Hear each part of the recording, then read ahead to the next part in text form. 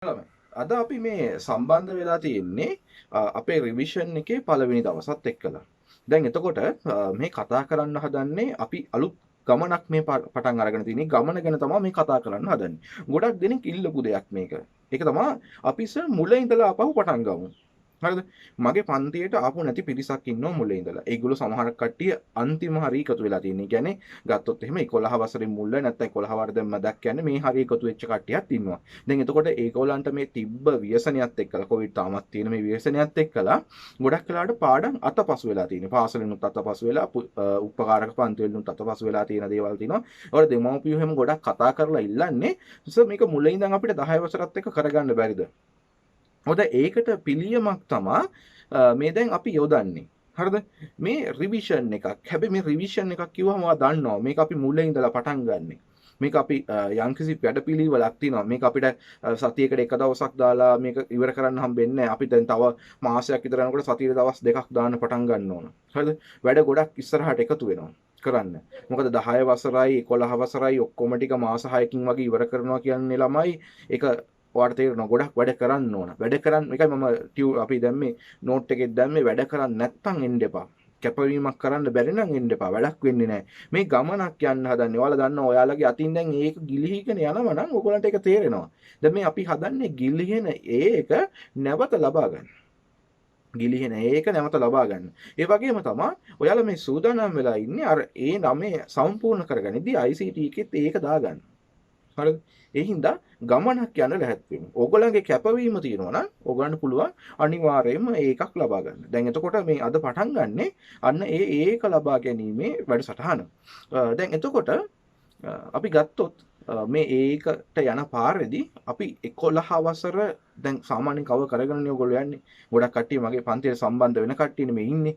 හැබැයි 10 වසර ගත්තාම ළමයි 10 වසරෙන් තමයි 160ක් එන්නේ. මේ 11 වසර මේ 160ක් එනවා. ඊටු 40 තමයි අපිට තියෙන්නේ මොනවද? 11 වසරෙන් තියෙන්නේ. ඉතින් 10 වසර කියන්නේ ඒකක් ගන්නවා නම් අනිවාර්යෙන්ම තියෙන්න ඕන. දැන් ඔයගොල්ලෝ දන්නවා සමහරක් ගොඩක් ළමයිගෙන් ඇහුවාම ළමයි අමාරු පාඩම් මොනවද කියලා. උදාහරණයක් වශයෙන් එක්කෙනෙක්ගේ කතාව පුතේ අමාරු පාඩමක් කියන්න වලට. ඒගොල්ලෝ ගොඩක් කියන්නේ 10 වසරේ පාඩම්. 11 වසරේ පාඩම් කිව්වොත් ඕක ගොඩක් අයට පැස්කල් වලට තමයි ඒ දෙන්නේ. අනිත් ඒවා ඒගොල්ලෝ ඒකේ අමාරුයි කියලා දකින්නේ නැහැ. හරිද? හැබැයි ඒගොල්ලන්ට 10 වසරේ ගත්තාම සමහර කට්ටියට Excel බෑ. සමහර කට්ටියට Gates බෑ. සමහර කට්ටියට Access බෑ. සමහර කට්ටියට Word බෑ. හරි. මේවා ලේසි. නම්බරින් සිස්ටම් බැරියක් තියෙනවා. ඕගොල්ලෝ විශ්වාස කරන නම්බරින් සිස්ටම් අමාරු කට්ටියක් ඉන්නවා. ඒ කියන්නේ ඒගොල්ලන්ට හරියට ඒක ග්‍රහණය වෙලා නැහැ. ඒගොල්ලන්ගේ වැරද්දක් නෙමෙයි. ඒගොල්ලන්ට ඒක හරියට ග්‍රහණය වෙලා නැහැ. ඒක හරියට කරගන්න ඕන. ඒකයි මම කියන්නේ. කැපවීමක් තියෙනවා නම් හරිද? කැපවීමක් තියෙනවා නම් ගමනක් යන්න පුළුවන්. දැන් ගිය සැරේත් මම මේ වගේම රිවිෂන් එකක් පටන් ගත්තා. හැබැයි පටන් ගත්තේ මාස 3කින්. මාස 3යි තිබ්බේ. ඕලේ ඉල්ලපු විදිහට පටන් ගත්තා. ඒකට මාස 3ෙන් අර C එකක් S එකක් තිබ්බ කට්ටිය ඒකකට B එකට ගිය හැටි මම දැක්කා. ඒගොල්ලෝම කතා කරලා කිව්වා සර් මගේ අන්තිම වාරේ ලකුණු 45යි තිබ්බේ. දෙවෙනි වාරේ ලකුණු. හැබැයි තුන්වෙනි වාරේ ලකුණු වෙනකොට 65ක් ඇවිල්ලා සර්. තව ටික දවසක් තියෙනවා. එතකොට මම අනිවාර්යෙන් ඒකකට යනවා. එහෙම කියලා ගිය කට්ටිය ඉන්නවා. අපි දැන් ඉස්සරහට රිසල්ට් එනකොට අපි බලමු මේ කට්ටියගේ රිසල්ට් කොහොමද කියලා. හරිද? ඒ වගේ කැපවීමක් කරලා යම් ජයග්‍රහණ ලබාගත්තු ළමයි ඉන්නවා. හැබැයි ඒ කැපවීම තියෙන්න ඕන. කැපවීමක් නැතුව නිකම්ම මේ අර ක්ලාස් එකට එන විදිහටම මේ ක්ලාස් එකට නිකන් ඇවිල්ලා මේ රිවිෂන් එකකින් ගොඩ යන්න වෙන්නේ නැහැ. හරි? ඒතකොට හැමදාම පැමිණීම වැඩ කරන වැඩ ටික හරියට කරන එක මේ කතා කරන්නේ මේ ඉස්සරහා මාස 6ක් ගැන. මේ මාස 6 ඕගොල්ලෝ ජීවිතේ වෙනස් කරගත්තේ නැත්නම් පුතේ ඕගොල්ලන්ගේ මුළු ජීවිතේටම ඒක බලපානවා. හිතා අපි ගමනක් යමු. හරිද? ඒ ගමනේ පළවෙනි දවස තමයි අද මේ පටන් ගන්න. ඒක නිසා තමයි පළවෙනි පාඩමෙන් පටන් ගන්නෙ. හරිද? පළවෙනි පාඩමෙන් පටන් අරන් හරි ගමනක් යන් අපි බලමු අපිට කොච්චර දුරකට මේක ගොඩ නගා ගන්න පුළුවන් වේද කියලා.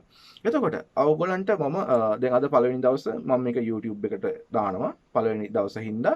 ඒ වගේම ඔයගොල්ලන්ගේ group එකට දුන් දාලා තිනවා ඊනි මන්දනේ. ඒක මම YouTube එකටත් දානවා. ඒකට ඕන කෙනෙක් බලන්න වීඩියෝ එක බලලා අපේ පන්තියත් එක්ක සම්බන්ධ වෙන්න කැමති කට්ටිය ඉන්නවනම් පහලින් මගේ contact numbers දාලා තිනවා. ඒකට WhatsApp message එකක් දාන්න. ඔයාගේ නමයි, ඔයාගේ පාසලයි, ශ්‍රේණියත් එක්කලා රිවිෂන් ක්ලාස් එකට සම්බන්ධ වෙන්න කියලා. එතකොට මම ඒ ඕගොල්ලන්ව රිවිෂන් group එකට add කරන්න.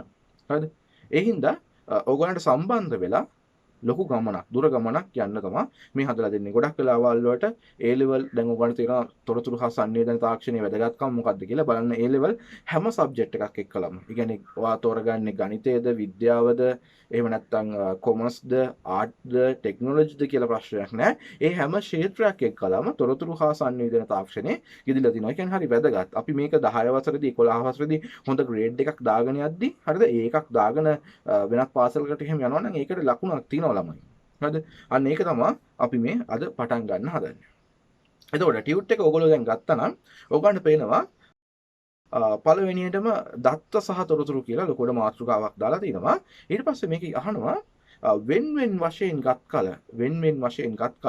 අර්ථ දීමට නොහැකි අකුරු අංක සලකුණු දත්ත ලෙස දක්වයි. දැන් ඔයගොල්ලෝ දන්නවා ළමයි අපි දත්තයක් කොහොමද වෙන් කරගන්නේ කියලා තමයි මේ බලන්න හදන්නේ. දැන් මේ ලෝකේ ගත්තාම ළමයි දත්තයි තොරතුරු එකට කලවම් වෙලා තියෙනවා. ඒතකොට අපි දත්ත ටික වෙනම ගන්න ඕන, තොරතුරු ටික වෙනම ගන්න ඕන. කොහොමද මේ වැඩේ කරන්නේ? ඒකට මේ වැඩේ කරනකොට ඔන්න ඒගොල්ලෝ අර්ථකථනයක් දීලා තිනවා. නැත්නම් නිර්වචනයක්. වෙන් වශයෙන් ගත් කල අර්ථයක් දැක්වීමට නොහැකි. කියන්නේ අපි වෙනම ගන්නවා අපි දත්තයක් සංඛ්‍යාවක් හරි අක්ෂර හරි මොන හරි ගත්තාම ඒකට අර්ථයක් නැත්නම් අපි ඒවට කියනවා දත්ත කියලා. උදාහරණයක් ගන්න. මම කිව්වොත් එහෙම යම්කිසි ළමයෙක්ගේ ලකුණු 65යි කියලා. ඒකෙන් අපිට යම්කිසි අර්ථයක් ගන්න පුළුවන්ද? ඒ අර්ථවත්ද? නෑ. කෙනෙකුගේ බර අපි කිව්වොත් එහෙම 70යි 75යි කියලා ඒකේ යම්කිසි අර්ථයක් තියනවද? නෑනේ. හරිද? ඒකේ කිසිම තේරුමක් නෑ. ඒකෙන් යම්කිසි නිගමනයකට එළඹෙන්න බෑ. නිගමනයකට එළඹෙන්න බැරි දේවල් වලට අපි කියනවා මොනවා කියලාද? දත්ත කියලා. හරිද? එතකොට දත්ත සඳහා උදාහරණ තුනක් ලියන්න කියලා තියෙනවා. එතකොට මතක තියාගන්න දත්ත තෝරද්දී දත්ත කියන දේ ළමයි සකස් වෙලා නැහැ. ඒකත් මතක තියාගන්න. සකස් වෙලා නැහැ. අමු මට්ටමේ පවතින්නේ. අමු මට්ටමේ පවතිනවා කියලා අපි කියනවා. ඒ කියන්නේ එකතු වෙලා, අඩු වෙලා, ගුණ වෙලා, බෙදිලා, පෙළ ගස්සලා මේ කිසිම දෙයක් වෙලා නැහැ. එහෙම වෙලා නැති දේවල් දත්ත එතකොට අග්ගල් හඳුන ගන්න පුළුවන්. දැන් උදාහරණයක් වශයෙන් ගත්තොත් එහෙම කෙනෙකුගේ උස ගත්තාම ළමයි ඒක ටක් ගාලා අපි ටේප් එකක් අරගෙන මයින්නවා මිසක් ඕක එකතු කරන්නවත් අඩු කරන්නවත් ඒ කිසිම දෙයකට යන්නේ නැහැ. එහෙනම් අපි ඒකට කියනවා මොකක් කියලාද? දත්තයක් කියලා කියනවා. කෙනෙකුගේ බර, ස්කන්ධය. හරිද? ඊට පස්සේ අපි ගත්තොත් එimhe ස්ථාන දෙකක් අතර තියෙන පරතරය. අපි ටේප් එකක් අරන් මයින්නවා. නගර දෙකක් අතර පරතරයක් වුණත් අපි මයින්න උපකරණ තියෙනවා. ඒ උපකරණයෙන් මයින්නවා මිසක් සකස් කිරීමක් කරන්නේ නැහැ අපව. හරිද? එතකොට ඊට අමතරව සිසුවෙකුගේ ගණිතය ලකුණු. ඒකට එකතු කරන්න අඩු කරන්න දේවල් නැහැ, බෙදන්න දේවල් නැහැ. හරිද? එතකොට පෙළ ගස්සන්න තනි කෙනෙක්ගේ ලකුණු පෙළ ගස්සවන්න බෑ. හරිද? එතකොට එහෙනම් ඒවත් දත්ත විදිහට තමයි සලකන්නේ. එක ස්ථානයක උෂ්ණත්වය අපි උෂ්ණත්ව මානය ගත්ත පාඨාංකය බැලුවා. එච්චරයි කරන්න තියෙන්නේ. වර්ෂාපතනය අපි ගත්තා වර්ෂාපතනයේ මයින් එක. ඒකේ පාඨාංකය තියෙනවා මිලිමීටර් කීයද කියලා බැලුවා. මිලිමීටර් කීයද කියලා බලන මිලිමීටර වලින් ඒක ගාන හොයාගන්න පුළුවන්. එතකොට අන්න ඒ වගේ දේවල් අපි දත්ත විදියට සලකනවා. ඕගොල්ලන්ට සමහරක් වෙලාවල් වලට පේපර් එකේ දත්ත ටිකක් අහන්න පුළුවන්. එහෙම නැත්නම් MCQ එකක් දීලා දෙන්න පුළුවන්. දත්තයක් යටින් දත්තේ නිවැරදි දත්තේ යටින් ඉලක්ක අඳින්න කියලා. එතකොට ඒ ඇදි බලන්න බලමයි මොනවද? පෙළ ගස්වලා තියෙනවද? සකස් කරලා තියෙනවද? ඒව නම් එහෙනවත් දත්ත කියන්න බෑ. පෙළ ගස්වලවත් සකස් කරලවත් නැති දේවල් තියෙනවා නම් ඒවට අපිට දත්ත කියන්න පුළුවන්. එතකොට ඔන්න දත්ත තුනක් ඕගොල්ලෝ දැන් උදාහරණ දාගන්න. මම කියපු දේවල් වලින් අපිට ලියන්න පුළුවන් සිසුවෙකුගේ උස, සිසුවෙකුගේ බර, ඊට පස්සේ සිසුවෙකුගේ ගණිතයේ ලකුණු, ඉංග්‍රීසි ලකුණු වෙන වශයෙන් ලියන්න පුළුවන්. ඊට පස්සේ ගත්තොත් එහෙම අපිට ලියන්න පුළුවන් එක ස්ථානයක තියෙන උෂ්ණත්වය. ඒ වගේම ලියන්න පුළුවන් එක ස්ථානයක වර්ෂාපතනය. මෙන්න මේ වගේ දේවල් අපිට දත්ත විදිහට සලකන්න පුළුවන්. ඊට පස්සේ දත්ත ගොනු කිරීමෙන් සහ සකස් කිරීමෙන් අර්ථවත් තොරතුරු නිර්මාණය වේ. ඒවා තීරණ ලබා ගැනීම සඳහා භාවිත කරයි. එතකොට ළමයි තොරතුරු කියලා කියන්නේ දත්ත ගොනු කරලා පෙළ ගස්සලා වගේ හරිද? සකස් කරලා, එකතු කරලා, අඩු කරලා, බෙදලා ගුණ කරලා, යම්කිසි ගණිත කර්මයක් කරලා තමයි මේ තොරතුරු නිර්මාණය කරන්නේ. එතකොට මේ තොරතුරු ළමයි තීරණ ගැනීම සඳහා උපකාරී වෙනවා. මේක හරි වැදගත්. තොරතුරු තමයි ළමයි තීරණය කරන්නේ. තීරණ ගන්න උපයෝගී වෙන්නේ. අපි හැමදාම තොරතුරු ගන්න. දැන් උදාහරණයක් විදිහට මේ දවස්වල ඔයගොල්ලෝ ගෙදරින් එළියට බහින්නේ නැත්තේ තීරණේ ගත්තේ මේ දවස්වල හම්බෙනවාට තොරතුරු ටික හින්දා රූපවාහිනියේ.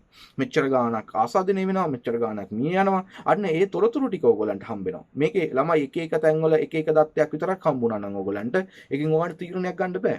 අන්න තොරතුරු බවට පත් වෙලා හින්දා ඔයගොල්ලන්ට තීරණ ගැනීමේ හැකියාව තියෙනවා. හැබැයි ඒවා නිවැරදි තොරතුරු වෙන්න ඕන. නැත්නම් ඒවෙන් හරි තීරණ ගන්න හම්බෙන්නේ නැහැ. තොරතුරු සඳහා උදාහරණ තුනක් ලියන්න ළමයි. එතකොට දැන් තොරතුරු සඳහා උදාහරණ ලියන්න ගත්තාම ඒව දත්ත මොකක් වෙලා තියෙනවද ළමයි? දත්ත ප්‍රොසෙස් වෙලා තියෙනවා. නැත්නම් සකස් වෙලා තියෙනවා. ඔයගොල්ලන්ට ඉතින් ගොඩක් ඒවා ගන්න පුළුවන්. එකක් තමයි කාලගුණ වාර්තාව. කාලගුණ වාර්තාව කියන්නේ ළමයි එක ස්ථානයක උෂ්ණත්වයවත් එක ස්ථානයක වර්ෂාපතනයක් බලලා ගන්න දෙයක් නෙමෙයි. ඒකේ ප්‍රදේශ ගොඩක් අරගෙන ඒකෙන් තමයි නිර්මාණය වෙන්නේ. එතකොට ඒක පෙළ ගස්සලා තිනවා. ඒ වගේම තමයි ඒක ප්‍රොසෙස් වීමකට භාජනය වෙනවා. වලාකුළු වල හැසිරෙන ස්වභාවය, වායුගෝලයේ ආර්ද්‍රතාවය, උෂ්ණත්වය, වර්ෂාපතනය වගේ දේවල් ඒකේ ඇතුළත් වෙනවා. ඊට පස්සේ ළමයි අපිට ගන්න පුළුවන් BMI value එක. අර අපි ගන්න ළමයි කෙනෙක් නිරෝගීද කියලා බලන්න කොහොමද ගන්නෙ? කෙනෙක් නිරෝගීද කියලා බලන්න අපි මොකද කරන්නේ? එයාගේ ස්කන්ධ නැත්නම් බර බෙදනවා. මොකෙන්ද බෙදන්නේ? උසේ වර්ගයෙන්. උස මීටර වලින් තියෙන්න ඕන. දැන් එතකොට ඒ වගේ දේවල් තොරතුරක් විදිහට ගන්න පුළුවන්. මොකද බර කියලා කියන්නේ දත්තයක්, උස කියලා කියන්නේ දත්තයක්. හැබැයි දෙකම ගණිත කර්මයකට භාජනය වෙනවා. බෙදන්න ඕන. ඒ වගේම සම වර්ග කරන්න ඕන. එතකොට ඒකට අපිට තොරතුරක් විදිහට පාවිච්චි කරන්න පුළුවන්. ඒ වගේම තමයි තව උදාහරණ ගොඩක් ඕගන්ට ගන්න පුළුවන් දේවල් තියෙනවා. අපි දැන් සාමාන්‍යයෙන් දකින දේවල් උදාහරණයක් වශයෙන් ගත්තොත් එහෙම ID card number එක. අපි හැම ගොඩක් කට්ටියට ID card number එක දැන් ඕගොල්ලන්ටත් ID එකක් හදලා තියෙනවා නම් ඒකේ identity card number එකක් තියෙනවා. දැන් එතකොට ඒ තියෙන identity card number එක අපි දැක්කම මේක නිකන් ඉලක්කම් ටිකක්. ඒක නිකන් හිතෙන්නේ දත්තයක් වගේ. හැබැයි ඒක දත්තයක් නෙමෙයි ඒක තොරතුරක්. මොකද ඒක ඇතුලේ මොනවද තියෙන්නේ? තොරතුරු විශාල ප්‍රමාණයක් අන්තර්ගත වෙලා තියෙනවා. හරිද? උපන් දිනේ මොකද්ද කියලා බලන්න පුළුවන්. ගැහැණුද පිරිමිද කියලා බලන්න පුළුවන්. හරිද? ඉතින් අන්න ඒ වගේ දේවල් ඒක ඇතුලේ තියෙනවා. එහෙනම් ඒක තොරතුරකට හොඳ උදාහරණයක්. ඒ වගේම තමයි අපිට ගන්න පුළුවන් තව සාමාන්‍යයගේ. දැන් ඔයගොල්ලෝ හැමෝගෙම වර්ෂ අවසානයේ නැත්නම් මේ එක විභාග අවසානයේ ටර්ම් ටෙස්ට් අවසානයේ ඕගොල්ලන්ගේ ලකුණු ටික ඔක්කොම එකතු කරලා ඒ විෂයන් ගානින් බෙදනවා. විෂයන් ගානින් බෙදුවාම එක විෂයකට අරන් තියෙන සාමාන්‍ය අගය අපිට හම්බ වෙනවා. ඒකට ඒකත් එහෙනම් බෙදලා තිනවා, එකතු කරලා තිනවා. එහෙනම් ඒකත් තොරතුරක්. ඔන්න වගේ තොරතුරු තිනවා. ඔයගොල්ලෝ උදාහරණ තුනක් ඔතනින් කැමති විදිහට දාගන්න.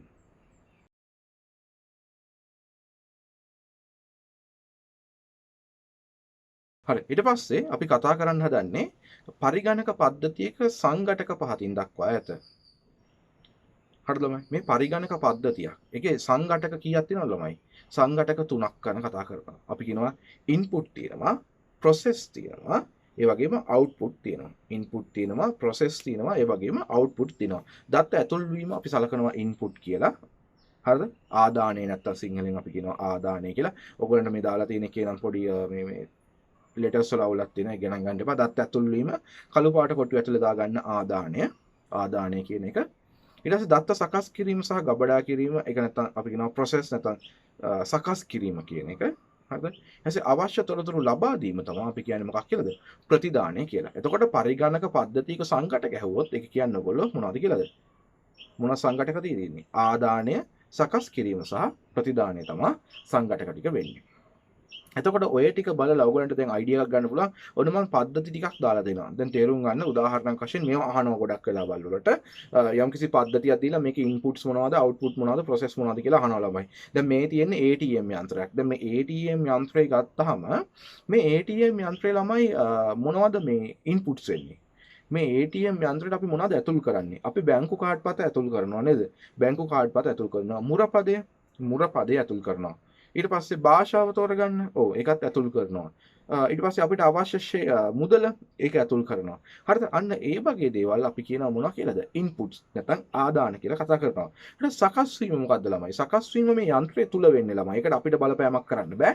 මේ යන්ත්‍රය ඇතුලේදී මොකද වෙන්නේ ළමයි? මේ යන්ත්‍රය ඇතුලේදී අපි කාඩ් එක දැම්මට පස්සේ අපි පාස්වර්ඩ් එක ඇතුල් කළාම මුලින්ම බලනවා මේ කාඩ් එකත් එක්කලා මේ පාස්වර්ඩ් එක ගැලපෙනවද, මැච් වෙනවද? හරිද? මේ මැච් වෙනවා නම් ඔන්න අපිට ඉස්සරහට යන්න දෙනවා. හරිද? ඊට පස්සේ එහෙනම් පළවෙනි එක මොකද්ද? පාස්වර්ඩ් එක නිවැරදිද කියලා බලන එක. හරිද?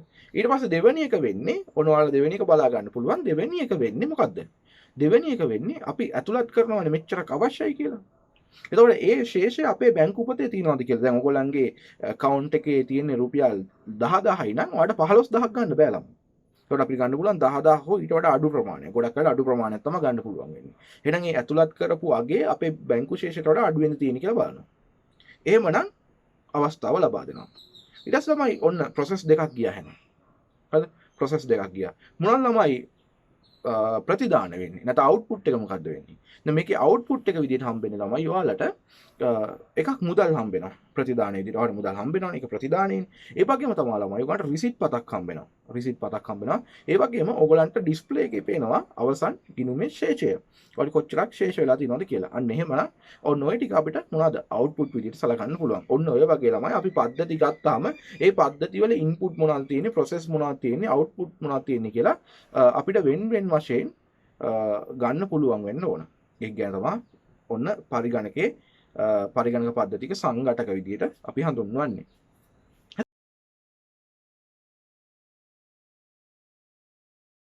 එතකොට ඊට පස්සේ අපි මේ කතා කරන්න හදන්නේ ගුණාත්මක තොරතුරක ලක්ෂණ.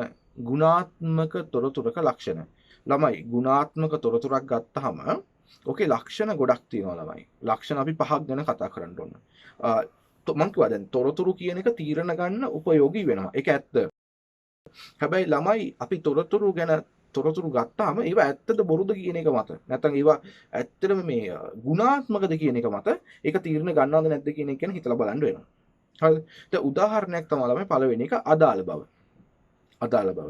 අපිට අදාළ නැති තොරතුරක් නම් ළමයි ඒක ගුණාත්මක වෙන්නේ නැහනේ. උදාහරණයක් වශයෙන් ගත්තොත් එහෙම වෙන දැන් උදාහරණයක් වශයෙන් අපි ගත්තොත් එහෙම දැන් ඔයා යනවා ජොබ් ඉන්ටර්විව් එකට. ඉන්ටර්විව් එකට ගියාම ඔයා ඉන්නවල වගේ අහනවා මේ එක වසර සමත්ද? තමයි ජොබ් ඉන්ටර්විව් එකට යනකොට එක වසර සමත්ද කියලා අහන්නේ නැහැ. ඔයාගේ සාමාන්‍ය පෙළ රිසල්ට් එක හරි උසස් පෙළ රිසල්ට් එක හරි තමයි බලන්නේ. එතකොට එක වසරෙන් දෙක වසරට ගියාද? රිපෝට් කාඩ් එකේ එහෙම ලකුණු එහෙම හරියට තියෙනවද? දහම් පාසල එක වසරේ ඉඳන් ඉගෙනගෙන තියෙනවද? හරිද? එහෙම නැත්නම් මොන්ඩිසෝරි හරියට සමත් වෙලා දෙක වසරට ඇවිල්ලා තියෙන්නේ. මේවා අහන්නේ නැහැ ළමයි. ඒ මොකද උපාධියක් අරන් යන එක්කෙනෙක් දැනගන්නවා මොකද්ද? එයා ඕ ලෙවල් සමත් වෙලා ඒ ලෙවල් සමත් වෙලා තමයි උපාධියක් ගන්න අරන් ගිහිල්ලා තියෙන්නේ. එහෙම නැත්නම් උපාධියකට යන්න බෑනේ. ඒ හින්දා අදාළ බවක් තියෙනවා ළමයි. හරිද? අදාළ බවක් තියෙනවා. දැන් තව උදාහරණයක් තමයි අපි ගත්තොත් එහෙම දැන් වෙන කොහෙවත් තියෙන රටක හරිද? සිදුවෙන පොඩි සිදුවීමක් අපේ ජනමාධ්‍ය හරහා අපිට දකින්න හම්බෙන්නේ නැහනේ. ඒක හේතුව තමයි ළමයි ලොකු දෙයක් නෑ වෙනවා. දැන් මේ දවස්වල ඔයගොල්ලන්ට බලා ගන්න පුළුවන් පලස්තීනයේ කොහොද ඊශ්‍රායලයේ අතර ගැටුම. මේක හැමතිස්සෙම රූපවාහිනී මාධ්‍යවල දානවා. ඒක ඔයගොල්ලෝ බලන්නේ නැති අපිට අදාළද කියලා. අදාළ නෑ. හැබැයි අදාළ නැහැ කියන්නේ වට ඍජුවම අදාළත්වයක් නැහැ. හැබැයි ඒ හින්දා සමහරක් වෙලාවට ලෝක යුද්ධයක් පවා ඇති වෙන්න පුළුවන්. එහෙම ඇති වුණොත් අදාළ වෙනවනේ. අන්න ඒ වගේ දේවල්. හරිද? අපිට අදාළයි. යම්කිසි පැත්තකින් අපිට පහර එල්ල වෙන්න පුළුවන්. හරිද? ඒකේ ප්‍රතිඵල අපිට ලැබෙන්න පුළුවන්. බඩු මිල ඉහළ යන්න පුළුවන්. අන්න ඒ හින්දා ඒ වගේ දේවල් හින්දා ඒක පිළිබඳ අවධානයෙන් ඉන්නවා මාධ්‍ය උනත්. හැබැයි මේ වෙනත් පොඩි රටක ඇති වෙන ගැටුමක් හරි චූටි දෙයක් ඒගොල්ලෝ හැමතිස්සෙම මේක උලුප්පල දක්වන්නේවත් නැත්නම් හැමතිස්සෙම මේ ප්‍රවෘත්ති වල දාන්නේවත් නැහැ. මොකද ඒක අපිට අදාළ නොවන හින්දා. ඊට පස්සේ දෙවෙනි එක තමයි ළමයි නිවැරදිභාවය. අපි තොරතුරක් ගත්තාම ළමයි ඒ තොරතුර 100%ක නිවැරදිභාවයක් තියෙනවා නම් අපිට ටක් ගාලා තීරණය ගැනීමේ හැකියාව තියෙනවා. තීරණ ගැනීමේ හැකියාව තියෙනවා. උදාහරණයක් වශයෙන් ගත්තොත් එහෙම ළමයි දැන් මේ වෙලාවේ ලොක්ඩවුන් කරන ප්‍රදේශ මොනවද? හරිද? අපිට බොරු තීරණයක් බොරු තොරතුරක් ආවොත් එහෙනම් මොකද වෙන්නේ? අපි අනිසි විදිහට කලබල වෙන්න පටන් ගන්නවා. හරිද? එහෙනම් අපි තීරණ ගනිද්දී නිවැරදි තීරණයක් වෙනවා. දැන් ඔයගොල්ලෝ දන්නවා ගොඩක් වෙලාවල් වලට සමාජ මාධ්‍යාලවල එහෙම තොරතුරු යනවා බොරු ඒවා. ඒවා නිවැරදි නෑ. හරිද? එතකොට සමහරක් වෙලාවට ඒවා අනුගමනය කරන කට්ටිය ඒ හින්දා ප්‍රශ්න වලට මැදි වෙනවා. හේතුව ඒ තොරතුරේ තියෙන නිර්වද්‍යතාවයේ ප්‍රශ්නයක්. එහෙනම් තොරතුරක් වුණාම ඒක මොකක් වෙන්න ඕනද? ගුණාත්මක තොරතුරක් නම් ඒක නිවැරදි වෙන්න ඕන. නිවැරදි විය යුතුයි. ඊට පස්සේ අපි කියනවා අංග සම්පූර්ණ බව. අපි තොරතුරක් දෙද්දි ළමයි ඒ තොරතුර අංග සම්පූර්ණද කියලා බලන්න ඕන. උදාහරණයක් වශයෙන් කිව්වොත් එහෙම අපි කියනවා රට ඕපන් කරනවා නැත්නම් රට අරිනවා අපි කියලා නිකන් මේ මැසේජ් එකක් යනවා නැත්නම් නිකන් ප්‍රවෘත්තියක් යනවා මේ රූපවාහිනිය අපි ගණන් ගන්නවද ළමයි? ගණන් ගන්න බෑනේ. ඇයි? ඒකේ නෑනේ ළමයි සම්පූර්ණ දත්ත ටික කොහවදද රට අරින්නේ? මේ රට විවෘත කරන්නේ කවද්ද? හරිද? එතකොට කොයි වෙලේටද? මේක දීර්ඝව තියනවද? නැත්නම් එක දවසකට විතරද?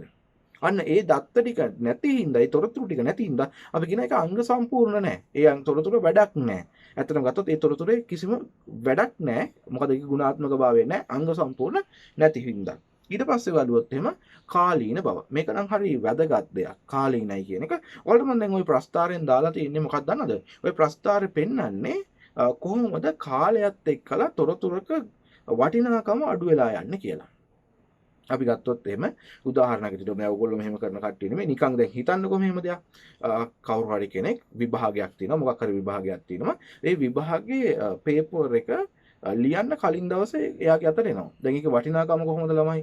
ඒකේ වටිනාකම ගොඩක් වැඩි. ඇයි එයා විභාගේ ලියන්න කලින්නේ එයාට පේපර් එක හම්බෙලා තියෙන්නේ. ඒ ගොඩක් එයාට කියන්නේ ඔක හොඳ දෙයක් නෙමෙයි. ඒක නරක දෙයක්. හැබැයි ඒක හිතලා බලන්නකෝ. මම මේ කියන දේත් එක්ක ඒකේ වටිනාකම ගොඩක් වැඩි. හැබැයි ඊළඟ දවසේ 8ට විභාගේ ලියනවා කියන්නකෝ. ඒ ලියපු වෙලාවට පස්සේ 9ට වට පේපර් එක හම්බ වෙනවා කියන්නකෝ. ඒකේ වටිනාකමක් තියනවද? ඒ පැයට කොච්චර වටිනාකම අඩු වෙලාද ඒ පේපර් එකේ? හරිද? සමහරක් වෙලාවට අර කලින් හම්බුණා නම් සමහරක් වෙලාවට ඔය හොර වැඩ කරන කට්ටිය ඒකේ ලක්ෂ ගණන් උපයනවා. හැබැයි ඒක පැයකට පස්සේ හම්බුනහම ඒකේ වටිනාකම මොකද වෙලා තියෙන්නේ? කඩල උතන තමයි පාවිච්චි කරන්න වෙන්නේ. ඇත්ත කතන්දර ඒකනේ. එතකොට අන්න ඒ වගේ ගුණාත්මක තොරතුරක් නම් ළමයි ඒක කාලීන වෙන්න ඕන. මේ පහුගිය දේවල් තේරුමක් නැහැ ළමයි. නැත්නම් හැමදාම රූපවාහිනී channel වලට පුළුවන් පහුගිය දේවල් දදා ඉන්න. හරිද? හැබැයි ඒගොල්ලෝ මොකද කරන්නේ? එහෙම කරන්නේ නැහැ. ඒගොල්ලෝ දන්නවා මිනිස්සු වැඩිපුරම කැමති නැත්නම් මිනිස්සු වැඩිපුරම අවශ්‍ය මිනිස්සුගේ අවශ්‍යතාවය වෙන්නේ කාලීන දේවල් වලට. අපි මනස වැඩ කරන්නේ කාලීන දේවලුත් එක්කලා. මේ පැරණි දේවලුත් එක්කලා ඒක එච්චර ලොකු දෙයක් වෙන්නේ නැහැ. ඒක මිනිස්සු අමතක කරලා දානවා. එහෙනම් කාලීන දෙයක් වෙන්න ඕනේ. එතකොට තමයි තොරතුරු මොකක් වෙනද? ගුණාත්මක වෙන්නේ. ඊට පස්සේ අන්තිම එක්කෙනා පස්වෙනි එක්කෙනා වෙන්නේ ළමයි පිරිවැය අවම වීම. පිරිවැය අවම වීම. එතකොට ළමයි පිරිවැය අවම වීම ගැන ගත්තාම තොරතුරක් ළමයි අධික මිල වැඩි වුණොත් දැන් උදාහරණයකට ගන්නකො ඔයගොල්ලන්ගේ ටීවී එකේ යන නාට්‍යයක්. හරිද? ඔයගොල්ලෝ බලන නාට්‍යයකට ඔයගොල්ලන්ට කිව්වොත් එම දවසකට රුපියල් 100 ගාණ ගෙවන්න කියලා. ඔයගොල්ලෝ කරනවද ඒ වැඩේ? ඔගොල්ලෝ කොච්චර නාට්‍ය හොඳ වුණත් ඔයගොල්ලෝ ඒක බලන්නේ නැහැ නේ. මොකද සතියකට ඔයගොල්ලන්ට 500ක් යනවා. හරිද? ඒකට ඒකට මාසෙට කීයකන රුපියල් 2000ක් විතර යනවා. මාසෙටම ටීවී එක ඒ කියන්නේ ඒ නාට්‍ය විතරක් බලන්න. ඒක ඔයගොල්ලෝ බලයිද එහෙම? එහෙම බලන ප්‍රමාණය ගොඩාක් අඩුයි ළමයි. ඒ කියන්නේ එක්කෝ මිල අඩු වෙන්න ඕන ගුණ තොරතුරක් වැඩිපුර යන්න නම් එහෙම නැත්තම් නොමිල ලබා දෙන්න ඕන. එතකොට තමයි මොකක් වෙන්නේද? ඒ තොරතුර ඉක්මනින් පැතිරෙන්නේ සහ ඒක මිනිස්සු ගොඩක් කට්ටිය ලබා ගන්න. ඒකත් වැදගත් දෙයක්. තොරතුරු ගොඩාක් වටිනවනේ. කියන්නේ මෙහෙමයි. ගොඩාක් වටින තොරතුරක් නම් ඒක විකිණීමේ හැකියාව තියෙනවා. එහෙම නෙමෙයි. හැබැයි ඒකට සාධාරණ මිලක් වෙන්න ඕනේ. දැන් මම මේ පන්තියට ඔයගොල්ලන්ට පීස් එක අරගෙන තියෙනවා යම්කිසි ගාණක්. ඒ ගාණ රුපියල් 5000ක් වුණා කියන්නකො. මෙතනින් එක්කෙනෙක්වත් දෙයිද? නෑ කවුරුවත් එන්නේ නෑ. හේතුව ඒ තොරතුරු වලට තියෙන වටිනාකම එච්චර 5000ක් වටින්නේ නැහැ කියන එක නේ 5000ක් වටිනවා. හැබැයි මේ මට්ටමේදී අපි හදාගෙන තියෙනවනේ දෙයක් හරිද? ඒ මට්ටමේදී 5000ක් වටින්නේ නැහැ. හරිද? ඊට වඩා අඩුවෙන් වලට ඒ තොරතුරු ටික වෙන කොහෙන් හරි ගන්න පුළුවන් නම් ඕගොල්ලෝ මට 5000ක් දෙන්නේ නැහැ නේ. හරිද? ඒ හින්දා මොකක් වෙන්න ඕනද? මූල්‍යමය අගය මොකක් වෙන්න ඕනද? අඩු වෙන්න ඕන. පළවෙනි එක අපි ලිව්වා අදාළ බව. ඊට පස්සේ මොකද ලිව්වේ? ඊට පස්සේ ලිව්වා නිර්වද්‍යතාවය. ඊට පස්සේ මොකද ලිව්වේ? අංග සම්පූර්ණ බව. ඊට පස්සේ කාලීන භාවය. අන්තිම එක පිරිවැයවම වීම. ඔන්න ඔය පහ ගුණාත්මක තොරතුරක ලක්ෂණ ඔය පහ පොඩ්ඩක් මතක තියාගන්න කොහේ හරි තැනක ඇහෙන්න පුළුවන්. අපි එහෙනම් අපේ දෙවෙනි පිටුවට යමු. හරි ළමයි. එතකොට අපි ඒකේ මුලින්ම කතා කරන්න හදන්නේ තොරතුරු හා සංනිවේදන තාක්ෂණයේ යෙදවුම් මොනවද කියලා. අපි ගත්තොත් ළමයි මේක නම් මේ යෙදවුම් මෙච්චර ප්‍රමාණයකින් කියලා කියන්න බෑ. අද සමාජයේ හැමතැනටම මොකද වෙලා තියෙන්නේ? තොරතුරු හා සංනිවේදන තාක්ෂණයේ යෙදිලා තියෙනවා. එතකොට ඒක මේ ප්‍රමාණයයි මෙච්චරයි කියලා කියන්න බෑ. හැම ක්ෂේත්‍රයකම පාවිච්චි වෙනවා. හැබැයි මේ වැඩියෙන්ම පාවිච්චි වෙන ක්ෂේත්‍ර ටිකක් තමයි නැත්නම් මේ අත්‍යවශ්‍ය ක්ෂේත්‍ර ටිකක් තමයි අපි මේ කතා කරගෙන යන්නේ. එතකොට පළවෙනියටම අපි කතා කරන දේ තමයි ළමයි ඊ-රාජ්‍ය යෙදවුම් නැත්නම් ඊ-ගවර්න්මන්ට් කියන එක. එතකොට ළමයි රජයක් කියලා කියන්නේ සාමාන්‍යයෙන් ගත්තොත් එහෙම මහජනයාට සේවය සපයන්න ඉන්න ආයතනයක්. ඒක අවුරුදු 5ට වෙනස් වෙන එකක් නෙමෙයි. ඒක අපි කියන්නේ ආණ්ඩුවක් කියලා. රාජ්‍ය කියන එක ළමයි ඒක දිගටම පවතිනවා. හරිද? මොන ආණ්ඩුවක් ආවත් රාජ්‍ය පැවැත්ම ඒ විදිහටම තියෙනවා. එතකොට මේ ඊ රාජ්‍ය කියලා කියන්නේ ළමයි අන්න ඒ වගේ මේ රටේ ඉන්න පුජ්‍යලීන්ට නැත්නම් රටේ තියෙන අනිකුත් දේවල් වලට සේවය සපයන විදිය තොරතුරු හා සංවේදන තාක්ෂණයකට පාවිච්චි කරලා තියෙන විදිහයි කතා කරන්නයි මේ හදන්නේ. එතකොට අපි මේකට කියනවා ළමයි ඊ රාජ්‍ය යෙදවුම් කියන්නේ ඊ ගවර්න්මන්ට්. ඒක විශේෂණයක් කියනවා ඊ ගවර්න්මන්ට් කියලා. එතකොට මේ ඊ ගවර්න්මන්ට් කියන එකේදී හරි වැදගත් දෙයක් තියෙනවා. මම ඔයගොල්ලන්ට කෙලින්ම ගිහිල්ලා පෙන්නන්නම්. අපේ රටේ කොහෙටද මේ ඊ ගවර්න්මන්ට් එක සම්බන්ධ වෙන්නේ? අපි නැත්තම් කොහෙන්ද මේ අපේ ශ්‍රී ලංකාව තුල මේ තොරතුරු ටික අපි ලබා ගන්න කොහෙන්ද? නැත්නම් මේ සේවාවන් ටික අපි ලබා ගන්න කොහෙන්ද කියලා අපි බලමු. එතකොට අපි ගත්තාම අපිට යන්න පුළුවන් කොහෙටද? www.gov.lk www.gov.lk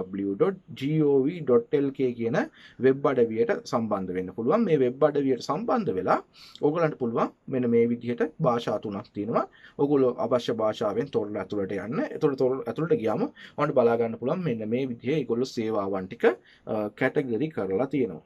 ඒතකොට එතනින් ඕගලන්ට පුළුවන් කැමති සේවාවක් ලබා ගන්න. මතක තියාගන්න වෙබ් අඩවිය www.gov.lk gov.lk. එතකොට ඕක අපි ගත්තාම අපි ප්‍රධාන කොටස් ළමයි 4කට වෙන් කරලා මෙතන කතා කරලා තියෙනවා. කොහොමද මේ e-government එක නැත්නම් e-රාජ්‍ය සේවය සපයන්නේ, මොන කොටස් වලටද සේවය සපයන්නේ කියලා. එතකොට මේ කොටස් ගත්තාම මේකේ ප්‍රධාන 4ක් තියෙනවා. එකක් පුරවැසියන්ට සේවය සපයනවා, ඒ වගේම වෙනත් රාජ්‍යයන් වල සේවය සපයනවා, ඒ වගේම ව්‍යාපාර වලට සේවය සපයනවා වගේම ළමයි රාජ්‍ය සේවකීන්ට සේවය සපයනවා. එතකොට ඔන්න ඔය 4 ගැන තමයි අපි මේ කතා කරන්න හදන්නේ. අපි මුලින්ම බලන්නේ ළමයි කොහොමද පුරවැසියන්ට නැත්නම් මේ සිටිසන් කියන ළමයි රටක පුරවැසියෝ. අපි ගත්තාම ඕනෑම රටක වැදගත්ම දේ තමයි වෙන්නේ ඒ රටේ පුරවැසියන්. ඒගොල්ලෝ තමයි මේ ආර්ථිකය ගෙනියන්නේ. එතකොට ඒගොල්ලන්ට රජයෙන් මොන සේවාවන්ද සපයන්නේ කියලා බලමු මේ gov.lk කියන වෙබ් අඩවිය හරහා. අපි ගත්තාම පුරවැසියන්ට අපි මේකට කියනවා කෙටි නමක් government to citizen කියන එක ළමයි. ඒ කියන්නේ රජයෙන් පුරවැසියන්ට කියන එක කෙටි කරලා කියනවා G2C කියලා. G2C. ඔහොමම G2C කියන එක ඔහොමම අහන්න පුළුවන් පේපර් එකේ. ඒකට ඔයගොල්ලෝ G2C කියන එක මතක තියාගන්න. නැත්නම් අපි කියනවා රජයෙන් කාටද? රජයෙන් පුරවැසියන්ට කියන එක. එතකොට රාජ්‍ය ආයතන නාමාවලිය අපිට ලබා ගන්න පුළුවන් ළමයි. රාජ්‍ය ආයතන නාමාවලිය. රජයේ ආයතනවල නම් ලිස්ට් එක අපිට ගැනීමේ හැකියාව තියෙනවා gov.lk හරහා. ඊට පස්සේ ඔයගොල්ලන්ට පුළුවන් බිල්පත් ගෙවීම සේවා කරන්න. රජයේ බිල්පත් ගෙවන්න තියෙනවා නම් ඔයගොල්ලන්ට ඔන්න ඒ සේවාව සපයනවා gov.lk හරහා. ඊට පස්සේ වාහන බලපත්‍ර අලුත් කිරීම. වාහන බලපත්‍ර අලුත් කරනවා කියන ළමයි දැන් අපි ගත්තොත් වාහන බලපත්‍රයක් කියලා කියන්නේ අපි සාමාන්‍යයෙන් කියන්නේ ලයිසන් එක කියලා. අර වින් ස්ක්‍රීන් එකේ අලෝගන ඉන්නේ අපි හැමතිස්සෙම වාහනයක. හරිද? රෝස පාට කොලයක් එන්නේ. දැන් ඕක ළමයි අපි සාමාන්‍යයෙන් ගන්නවා නම් ප්‍රාදේශීය ලේකම් කාර්යාලයකට වගේ ගිහිල්ලා තමයි ගන්න ඕන. හරිද? එහෙම ගන්න පොලිමේ ඉන්නවා. දැන් මේ අවස්ථාවේ බලන්න. මේ අවස්ථාවේ අපි පොලිමේ ඉඳ ගියොත් ඔය එක රාශිය වෙන්න ගියොත් අපි කොරෝනා බෝ කර ගන්නවා බොරුවට ලයිසන් එකක් ගන්න ගිහිල්ලා. ඒකනේ වෙන්නේ. එතකොට මොකද්ද කරන්නේ? ඔන්ලයින්. ඒ කියන්නේ මාර්ගගතව අපිට පුළුවන් මේකට ඇප්ලිකේෂන් දාන්න. අපිට දුන් සහතිකේ තියෙන්න ඕන. ඒක අනිවාර්යෙන් තියෙන්න ඕන. ඊට පස්සේ දුන් සහතිකේ තියෙනවා නම් ඔයාලට පුළුවන් ඔන්ලයින් ඇප්ලිකේෂන් එක දාන්න ඉන්ෂුරන්ස් එකත් එක්කලා වාහනේ. ඔයාලා ගෙදරටම තැපැල් මගින් ලයිසන් එක හම්බ වෙනවා. කොහෙටවත් යන්න අවශ්‍යතාවයක් නැහැ. එතකම් පාවිච්චි කරන්න ටෙම්පරරි ලයිසන් එකකුත් ඔයගලන්ට හම්බ වෙනවා. එහෙනම් ඒක හොඳ දෙයක්. ඕක මුලින්ම අත්හදා බැලුවේ මතක තියාගන්න බස්නාහිර පළාතය. දැන් මුළු රටේටම පාවිච්චි කරන්න පුළුවන් අවස්ථාව ලබා දීලා තියෙනවා. ඊට පස්සේ රාජ්‍ය තොරතුරු කේන්ද්‍රයේ සේවාවන් ළමයි 1919. එතකොට අන්න ඒක තමයි රාජ්‍ය තොරතුරු කේන්ද්‍රයේ දුරකථන අංකය. අන්න ඒ රාජ්‍ය තොරතුරු කේන්ද්‍රයට අදාළ සේවාවුත් මෙතනින් ලබා ගන්න පුළුවන්. හරි හොඳ එකක්. ඒ කියන්නේ රාජ්‍ය තොරතුරු කේන්ද්‍රය කියලා කියන්නේ මම සමහරක් වෙලාවලට මොකක් හරි දන්නේ නැත්නම් ටක් ගාලා කෝල් එකක් අරගෙන රාජ්‍ය සේවයේ අහන තැනක් තමයි 1919 කියන එක. නැත්නම් එහෙම නැත්නම් ඔයගලන්ට පුළුවන් මෙතන ඔන්ලයින්ම ඒ සේවාවන් ටික බලා ගන්න මොනවද හම්බෙන සේවාවන් කියලා. ආණ්ඩුක්‍රම ව්‍යවස්ථාව ළමයි රටක ආණ්ඩුක්‍රම ව්‍යවස්ථාවක් තියෙනවා. ඒකට පැටහෙනිව කාටවත් වැඩ කරන්න බෑ. රටේ නීතිය මේ හැම දෙයක්ම ක්‍රියාත්මක වෙන්නේ යනුව. එතකොට ඒක ඔයගලන්ට බලා ගන්න පුළුවන් මොකද්ද මේ ආණ්ඩුක්‍රම ව්‍යවස්ථාව ලංකාවේ තියෙන කියලා. නීති පද්ධතියක් තියෙනවා ඔයගොල්ලෝ දන්නවා. රටක ඒ නීති පද්ධතිය බලා ගන්නත් පුළුවන්. ඒ වගේම ශ්‍රී ලංකා සිතියම අන්තිමටම තියෙනවා ශ්‍රී ලංකා සිතියම. එතකොට ශ්‍රී ලංකා සිතියම නිවැරදිව බලා ගන්න පුළුවන් වෙච්ච අලුත් දේවලුත් එක්කලා අපි සමහරක් වෙලාවට පරණ සිතියම් තාම අධ්‍යයනය කරමින් ඉන්නවා වෙන්න පුළුවන්. මේ වෙනකොට පෝට් සිටි හැදිලා තියෙනවා, හම්බන්තොට වරාය හැදිලා තියෙනවා. එතකොට ඒවෙන් අඩු වෙච්ච ඒවා එකතු වෙච්ච ඒවා ඒවත් එක්කලම උගන්ට ඕන ශ්‍රී ලංකා සිතියම බලා ගැනීමේ හැකියාව තියෙනවා. ඊට පස්සේ වෙනත් රාජ්‍යයන් වලට කියන්නේ පුරවැසියන්ට සේවය සපයුවට පස්සේ අපි මේ බලන්න හදන්නේ වෙනත් රාජ්‍යයන් වලට කොහොමද සේවය සපයන්නේ කියලා. දැන් අපි ගත්තාම ළමයි අපේ රට සංචාරකයෝ වැඩිපුරම එන රටක්නේ. අපි ගොඩක් වෙලාවට දෙවෙනියට මං හිතන්නේ විදේශ විනිමය වැඩිපුරම හොයන්නේ සංචාරක කර්මාන්තයෙන්ද කොහෙද? දෙක හරි තුන හරි. එක නම් මං හිතන්නේ විදේශ ශ්‍රමිකයන්ගෙන් එකක් එනවා. අනිත් එක ඇගලුම් කර්මාන්තයෙන් එනවා. ඉස්සර තමයි වැවිලි වලින් ඇවිල්ලා තිබ්බේ. දැන් ඒක නැහැ. එකක් විදේශ ශ්‍රමිකයින්ගෙන් එනවා, අනිත් එක තමයි ඇඟලුම් වලින් එනවා. එතන තුන්වෙනි එක මම හිතන්නේ සංචාරක කර්මාන්තයෙන් එන්නේ. අපේ වගේ රටකට තව මේක ගොඩක් ඉස්සරහට යන්න පුළුවන් සංචාරක කර්මාන්තය කියන එකද මේ තියෙන තත්ත්වය. මගේ අරුණට පස්සේ මම හිතන්නේ ලෝකේ ඉස්සර එක කාලයක් මට මතකයි ලංකාව තමයි අංක 1 ගමන් මාර්ගය, ඒ කියන්නේ විදේශ රටවල් වල අංක 1 ගමන් මාර්ගයක් කියලා තිබ්බා ශ්‍රී ලංකාව. ඒ කියන්නේ ගොඩක් කට්ටිය ශ්‍රී ලංකාවට එන්න පටන් ගත්තා. අපේ රටේ තියෙන නිදහස් භාවය, ඒ වගේම ලංකාවේ තියෙන සුන්දර ස්ථාන, ලෝකේ කොහෙවත් නැති තරමේ බීච් තියෙනවා, අපේ පෞරාණික ස්ථාන තියෙනවා ගිහිල්ලා බලන්න. හරිද? සීගිරි වගේ දේවල් වලට ගොඩක් ඒ මිනිස්සු කැමති ඇවිල්ලා බලනවා, නරඹනවා. අපේ ලංකාවේ තියෙන හොටෙල්, හරිද? අන්න ඒ වගේ ගොඩක් දේවල් වලට මේ සංචාරකයෝ එනවා. එතකොට මේ සංචාරකයෝ පැත්තත් අයිති වෙන්නේ වෙනත් රාජ්‍ය කියන එකට. අපි උකට කියනවා government to other government කියලා. නැත්නම් අපි කියනවා G to G කියලා, government to government කියන එක. හරිද? එතකොට ගත්තාම තානාධිපති කාර්යාල සහ වීසා පහසුකම්. හරිද? දැන් ළමයි කෙනෙක් රටකින් තවත් රටකට එනකොට ඒ කෙනාට වීසා එකක් ගන්න ඕන. ඔයාට එයා ටිකට් එකක් තිබ්බා කියලා ටක් ගාලා ප්ලේන් එකේ නැගලා බස් එකේ යනවා වගේ තවත් නගරයකට යනවා වගේ බස් එකකින් ඔයාට බෑ රටකින් රටකට එන්න. ඔයාට වීසා එකක්. ඒ කියන්නේ ඒ රටට එන්න මොකද්ද තියෙන්න ඕන? ඒ රටින් අවසරගත්තු පත්‍රිකාවක්. ඒක අපි කියනවා වීසා එකක් කියලා. ඒ වීසා එක දෙන්නේ ඔයාට යම්කිසි කාලයක් සඳහා. ඔයාට හැමදාම ඇවිල්ලා මෙහෙ ඉන්න බෑ. නැත්නම් එයාට හැමදාම ඇවිල්ලා මෙහෙ ඉන්න බෑ. ඔයාට ඒ රටකට ගිහිල්ලා හැමදාම ඉන්න බෑ. ඒකට යම්කිසි කාලයක් තියෙනවා. මාස 3යි, මාස 5යි, අවුරුද්දයි, අවුරුදු 5යි. ඒක සීමාව එක විදියට ජොබ් එකකට යනවා නම් ටිකක් වැඩි, සංචාරය කරන්න යනවා නම් අඩුයි. ඒක තීරණය වෙනවා. සමහරක් දැන් අපි වගේ රටවල් වල අපේ පාස්පෝර්ට් එක ඉච්චර බලගත්ු පාස්පෝර්ට් එකක් නෙවෙයි හින්දා ගොඩක් කට්ටියට මෙහෙට ඇවිල්ලා වීසා ලබා ගන්න පුළුවන්. දැන් උදාහරණ ඇමරිකාවේ කට්ටියට එහෙම එහෙන් වීසා ගන්න ඕනේ නැහැ. මෙහෙට ඇවිල්ලා වීසා ලබා ගැනීමේ හැකියාව එහෙම තියෙනවා. ඒක පාස්පෝර්ට් එක අපිටත් යන්න පුළුවන්. එහෙම රටවල් තියෙනවා වීසා නැතුව. ඒක කියන්නේ අපි පොඩ්ඩයි තියෙන්නේ. ඒ අපිට තියෙන මම හිතන්නේ 50ක් විතර රටවල් ප්‍රමාණයක්. එච්චරක්වත් නැද්ද මට හරියට මම හිතන්නේ 50ක් වගේ තමයි තිබ්බේ. සමහරක් රටවල් වලට තියෙනවා ළමයි 160ක් 170ක් විතර ඒ රටවල් වලට යන්න පුළුවන් කිසිම වීසා එකක් නැතුව ගිහිල්ලා කෙටි කාලයක් දවස් 180ක් විතර ඉන්න පුළුවන් රටවලුත් තියෙනවා වීසා නැතුව. හරිද? එහෙම රටවල් තියෙනවා. ඒ වීසා වලට යම්කිසි මුදලක් වැය වෙනවා. හරිද? ඒකයි. ඊට පස්සේ රජයේ නීති රීති. රජයේ නීති රීති ළමයි වෙනත් රටවල මේ රටට එනවා නම් රජයේ නීති රීති ටික දැනගන්න ඕන. බිස්නස් එකකට එනවා නම් ඒගොල්ලෝ ආයෝජනයක් කරනවා නම් මේ රටේ නීති රීති තියෙනවා ළමයි. එහි තියෙන හැමදේම මෙහෙට ගේන්න බෑ. හරිද? එහි රටවල් වල තියෙන නීති රීති වෙනස්. උදාහරණයක් වශයෙන් ගත්තොත් එහෙම සමහර රටවල් වල කැසිනෝ කියන්නේ ඒගොල්ලෝ නීතිමය කරලා තියෙන දෙයක්. හැබැයි ලංකාවේ එහෙම ගියලා හැමතැනම කැසිනෝ ගහන්න බෑ. හරිද? ඒක නීතියෙන් අවසරයක් නැහැ. හරිද? ඒ නීති රීති තියෙනවා. අපේ රටේ තියෙන නීති රීති වලට ඒගොල්ලෝ අනුගමනය විය යුතුයි. ඒක එහෙම තමයි. ඊට පස්සේ සංචාරකයන් සඳහා සහාය වීම. ඒක නම් හරි ගොඩක් වැදගත් දෙයක්. මොකද රටක මම කිව්වා මේ වගේ අපි වගේ රටකට ගොඩක් විනිමය ලබා දෙන ක්ෂේත්‍රයක් තමයි සංචාරක කර්මාන්තය කියන්නේ. ඒ හින්දා ඒගොල්ලන්ට මොකක් කරන්න ඕනද අපි? සහාය දෙන්න ඕනේ. ඒගොල්ලන්ට තව වැඩිපුර ගෙන්න ගන්න ඕනේ. ඒගොල්ලන්ට වැඩිපුර වරප්‍රසාද දෙනකොට තමයි ඒගොල්ලෝ ටක් ගාලා අපේ රට වගේ රටකට එන්නේ. ශ්‍රී ලංකා රේගු විස්තර ළමයි.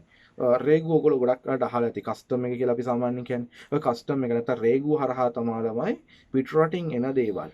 හරිද? දැන් උදාහරණයක් වශයෙන් නැබක් මාර්ගයෙන් හෝ ගුවන් මාර්ගයෙන් එන දේවල් කස්ටම් එක හරහා තමයි නැත්නම් රේගු හරහා තමයි එළියට එන්නේ. රට ඇතුළට එන්නේ. රටින් පිටට යන්නේ ඒ විදිහටම තමයි. උදාහරණයක් විදිහට අපිට බෑ අපේ රටේ තියෙන ඒකදේශික ශාක වගේ වල කොටස්, සත්ව කොටස් වගේ දේවල් පිට රටවල් වලට යවන්න. රේගු හරහා යවන්නේ. එතකොට ඒකේ යම්කිසි පොලිසිස් වගේක් තියෙනවා. ඒ කියන්නේ නීති වගේක් තියෙනවා. ඒ නීති ටික මොකක් කරන්න ඕනද? ඒ නීති ටික අනුගමනය කරන්න ඕන. ඊට පස්සේ ශ්‍රී ලංකාවේ සුන්දර ස්ථාන. ශ්‍රී ලංකාවේ සුන්දර ස්ථාන ගත්තාම ළමයි අපි ගත්තොත් එහෙම ඒ පිළිබඳ විදේශිකයන් මොකක් කරන්න ඕන දැනුවත් කරන්න ඕන. අන්න ඒ ස්ථාන ටික මෙතන දාලා තියෙනවා. එතකොට කවුරු හරි විදේශිකයෙකුට ඇවිල්ලා මෙතනින් බලා ගැනීමේ හැකියාව තියෙනවා. මොනවද අපි මේ යන්න ඕන දැන් රටට යන්න හදන්නේ විදේශිකයා. අපි කොහෙද බලන්න ඕන? මේ රටේ මොනවද තියෙන ලස්සන තැන් ඔන්න GOV එකට ඇවිල්ලා බලා ගන්න පුළුවන්. ඊට පස්සේ ශ්‍රී ලංකා සිටියම. හරිද? ශ්‍රී ලංකා සිටියම ගත්තාම ළමයි අර වගේම තමයි අපේ රටේ සිටියම ගැන විදේශකයින්ට යම්කිසි අදහසක් දෙන්න ස්ථාන තියෙන ගැන හොයාගන්න ඔන්න ශ්‍රී ලංකා සිටියම තියෙනවා. ඊට පස්සේ අපි බලන්න හදන්නේ තුන්වෙනි එක්කෙනා. හරිද? තුන්වෙනි එක්කෙනා අපි කියනවා ව්‍යාපාරවලට කියලා. නැත්නම් අපි කියනවා government to business. government to business. අපි කියනවා G to B කියලා. එතකොට මොකද්ද මේ G2B කියලා කියන්නේ? එතකොට ළමයි මේකෙදී බිස්නස් වලට නැත්නම් මේ ව්‍යාපාර වලට මුදල් ගෙවීමේ සේවා තියෙනවා ළමයි. රටක ඒගොල්ලන්ට තියෙනවා ළමයි ටැක්ස් එකක් ගෙවන්න තියෙනවා සමහරක් වෙලාවල් වලට ආදායම් බදු ගෙවන්න ඕන. හරිද? එතකොට මේ මුදල් ගෙවීමේ සේවා මේ හරහා කරගන්න පුළුවන්. බැංකු තොරතුරු ළමයි බිස්නස් එකක් වුණාම රාජ්‍යයේ තියෙන බැංකු පිළිබඳ පුද්ගලික බැංකු පිළිබඳ ගොඩක් අවධානයෙන් ඉන්නවා. ඒවා ණය කොච්චරක ණය වලට පොලිය කොච්චරයිද කොච්චර ණය ප්‍රමාණයක් ගන්න පුළුවන්ද එහෙම අවස්ථාවල් තියෙනවද කියන එක මේ වෙබ් අඩවිය සඳහා ඔබට ලබා ගන්න පුළුවන්. ව්‍යාපාර ලියාපදිංචිය. ඔයගොල්ලෝ දන්නවා ලංකාවේ ඔක්කොමස් කරන කට්ටිය මට වඩා දන්නවා හොඳට. ලංකාවේ ව්‍යාපාර ලියාපදිංචි කරන ආකාර මම හිතන්නේ 3-4ක් තියෙනවා. ඒකට ඒ ආකාර වලට ඔයාලට ඒක පුජ්‍යලික ව්‍යාපාරයක්ද, හවුල් ව්‍යාපාරයක්ද කියලා ඔයගලන්ට ඒක ලියාපදිංචි කරන්න වෙනවා. නැතු ඔයගලන්ට හිතෙන විදියට ව්‍යාපාර පටන් ගන්න තියාගන්න බෑ. ඒතකොට ඒ සඳහා ඔන්ලයින් විසඳුමක් තියෙනවා. ව්‍යාපාර සහ ආයෝජන. ඒවල ළමයි රටකට කරන්න පුළුවන් ආයෝජන මොනවද? අපේ රටේ කරන්න පුළුවන් හොඳ ව්‍යාපාර මොනවද? මේ පිළිබඳ දැනුමක් ඔතෙන්ට ගිහිලා ලබා ගන්න පුළුවන්. වාණිජ්‍ය සංවිධානවල තොරතුරුත් ඔයගලන්ට ලබා ගැනීමේ හැකියාව තියෙනවා ළමයි මේ ව්‍යාපාර වලට දෙන උපදෙස් මත. හරි. ඊට පස්සේ අන්තිම එක ගැන මේ කතා කරන්න හදන්නේ අන්තිම ක්ෂේත්‍රය ගැන අපි කියනවා G2C එහෙම නැත්නම් අපි කියනවා government to employee කියලා. government to employee. එතකොට අපි කියන්නේ සේවකීන්ට employee කියන්නේ සේවකයෝනේ. සේවකීන්ට මොනවද මේ රජයෙන් ලබා දෙන සහන? නැත්නම් සේවාවන් මොනවද? එකක් තමයි ළමයි අපිට පුළුවන් ආකෘති පත්‍ර. රජයේ ළමයි තියෙනවා ආකෘති පත්‍ර. ඒ පිළිබඳ දැනුම ලබා ගන්න පුළුවන්. ඒ වගේම චක්‍ර ලේඛන පිළිබඳව දැනුම ලබා ගැනීම පුළුවන්. ගැසට් පත්‍ර ලබා ගැනීමේ හැකියාව තියෙනවා. ඔයගොල්ලෝ දන්නා හැම සතිය හැම මේ එක දවසක ගැසට් පත්‍රයක් නිකුත් වෙනවා. හදිසි කරුණක් වුණොත් නැවත ගැසට් එකක් නිකුත් වෙනවා. ඒ වගේ ගැසට් පත්‍ර නිකුත් කරනවා. ඒවා පිළිබඳ ගන්න පුළුවන්. ඒ වගේම රාජ්‍ය සේවකයන් සඳහා ණය පහසුකම්. ඒගොල්ලන්ට ණය පහසුකම් ලබා ගන්න පුළුවන්. බැංකු ඒවා රේට්ස් කොහොමද? අන්න ඒවත් මේ හරහාම ලබා ගැනීමේ හැකියාව තියෙනවා. හරි දැන් ඕගොල්ලන්ගේ ටියුට් එකේ හරිද? ඕගොල්ලන්ගේ ටියුට් එකේ ඕගොල්ලෝ ඔය කියපු දේවල් වලින් ඕක පුරව ගන්න. වීඩියෝ එක පොඩ්ඩක් නවත්තලා ඔයගොල්ලන්ට පුළුවන් වීඩියෝ එක නවත්තලා මතකින් ආසව මේවා කිව්වා මේ ටික අපි දාගමු කියලා 3ක් වගේ හැම එකටම ලියා ගන්න. හරි 3ක් වගේ ලියා ගන්න. මම හිතනවා ඒක පාඩම් කරගන්න ගොඩක් වැදගත් වෙයි. සමහර තැන්වලදී මේවා අහලා තියෙන්න පුළුවන්. අපි අපරාධි ලකුණක් දෙකක් අතරින්නවත් ඕනේ නැහැ. ඒ හින්දා මේ දේවලුත් මතක තියාගන්න. හරි ඊට පස්සේ අපි කතා කරන්න හදන්නේ තොරතුරු හා sannivedana තාක්ෂණය කොහොමද අධ්‍යාපන ක්ෂේත්‍රය තුළ ඉදලා තියෙන්නේ කියලා බලන්න. අපිට වැදගත්ම වෙන ක්ෂේත්‍රය. මොකද අපි ඉන්නේ අධ්‍යාපන ක්ෂේත්‍රයේ තොරතුරු හා sannivedana තාක්ෂණය කොහොමද මේකේ යෙදෙන්නේ. ළමයි ගත්තාම ඔයාම දන්නවා මේක ගැන කතා කරන්න දෙයක් නැහැ දැන් මේ අපි හැමෝම සම්බන්ධ වෙන්නේ තොරතුරු හා sannivedana තාක්ෂණයෙන්ද තමයි.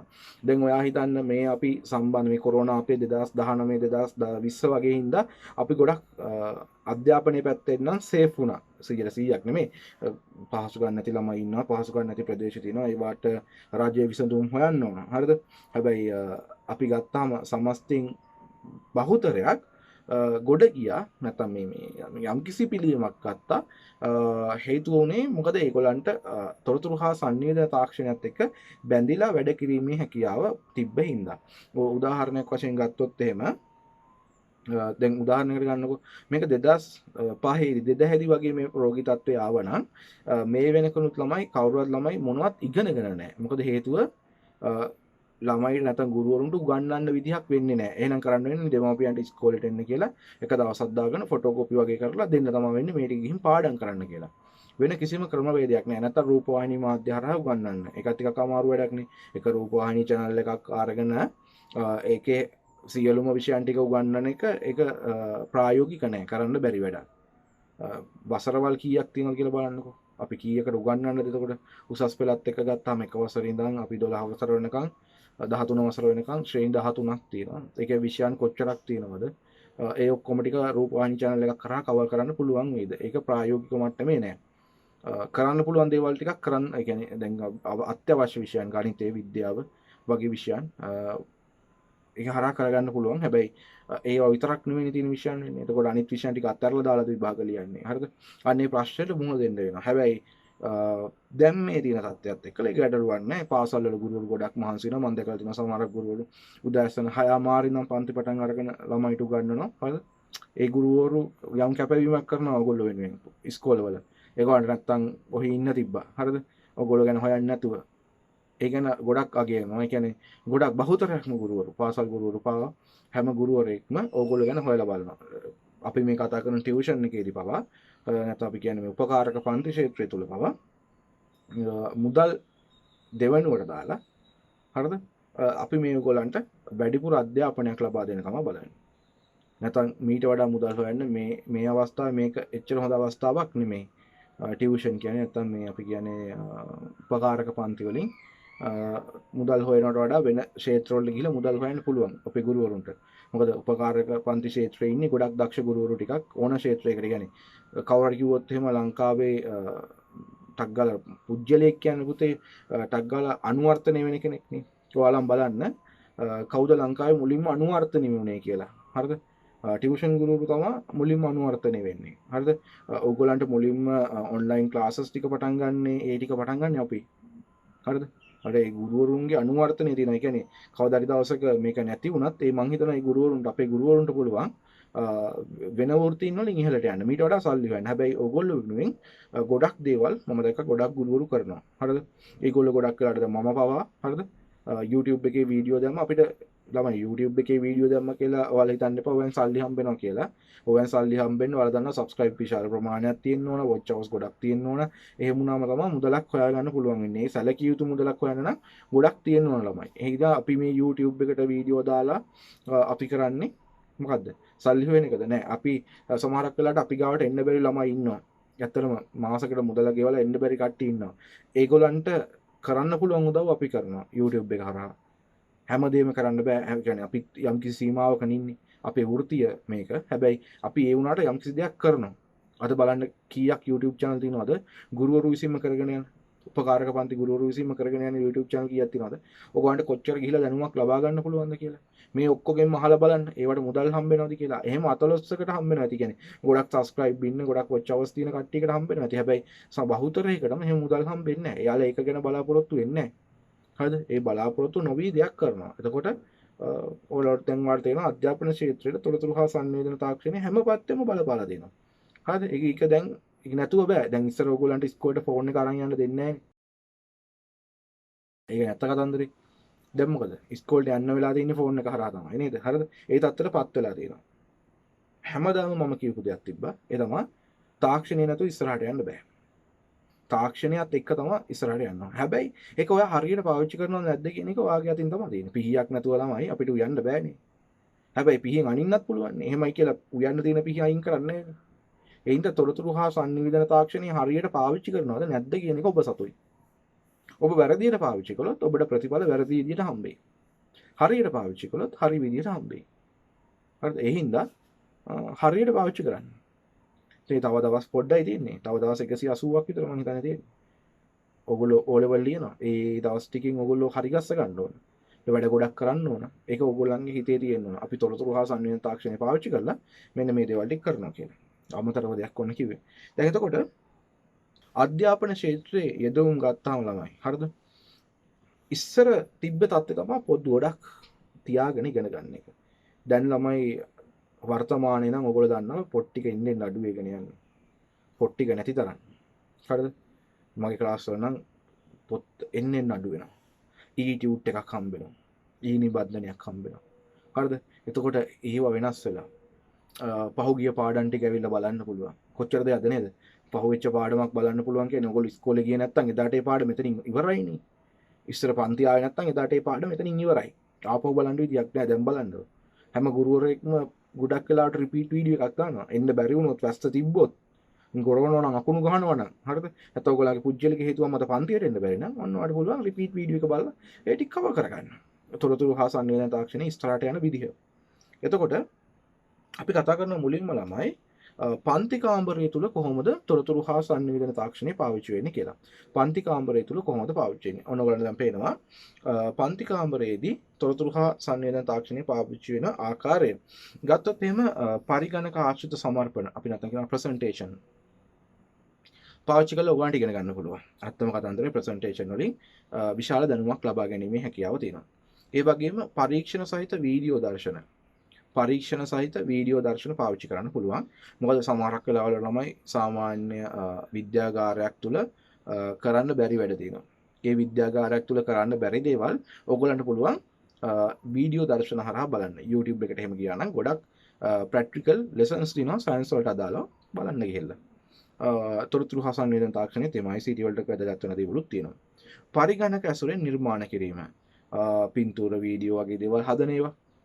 ඒ වගේ දේවල් කරන්න පුළුවන් වන පරිගණක ආශ්‍රයෙන් පන්ති කාමරය තුළ සංගරා ලිපි ලේඛන සකස් කිරීම මුද්‍රණය කිරීම හරිද අධ්‍යාපනික ක්‍රීඩා ඔකල පාවිච්චි කරන ඒවා ගැන මේ අධ්‍යාපනික ක්‍රීඩා ගොඩක් කට්ටිය මේ දවස්වල දාගෙන ගේම් ගහන නැති දවස් ගානක් තියෙද්දි නවත්තන්න හරිද ඒව පාවිච්චි කරන්න එපා අධ්‍යාපනික ක්‍රීඩාවක් තියෙනවා නම් කරන්න CD-ROM මාධ්‍යයෙන් තොරතුරු අධ්‍යයනය දැන් ඔක නම් යල්පැන ගිහිලා තියෙන්නේ ඇත්තටම කතන්දරය ගත්තොත් එම් දැන් කවුරුවත් CD ආධාරයෙන් මං හිතන්නේ අධ්‍යාපනය ගන්නවා කියලා හැමෝටම cloud තියෙනවා හරිද cloud වල දත්ත තියාගෙන ඉන්නේ YouTube වගේ තැන් තියෙනවා දැන් CD-ROM ආධාරයෙන් දත්ත ලබා ගන්න එක චුට්ටක් යල්පැන ගිය තාක්ෂණයක් හරිද අන්තර්ජාලය ඔස්සේ අධ්‍යාපනික තොරතුරු රැස් කිරීම ඔක තමයි දැන් ප්‍රබලතම දේ ඔක තමයි අංක 1 අන්තර්ජාලයට සම්බන්ධ වෙලා උගන්න පුළුවන් මොනවද අධ්‍යාපනික තොරතුරු ලබා ගන්න අතනින් ඔයගොල්ලෝ කැමති පහක් හරිද මේ කතා කරපු ඒවායින් කැමති පහක් ටියුට් එකේ දාගන්න වීඩියෝ එක නවත්තලා ඔයගොල්ලන්ට පුළුවන් ටියුට් එකට දාගන්න හරි ඊට පස්සේ අපි කතා කරන්න හදන්නේ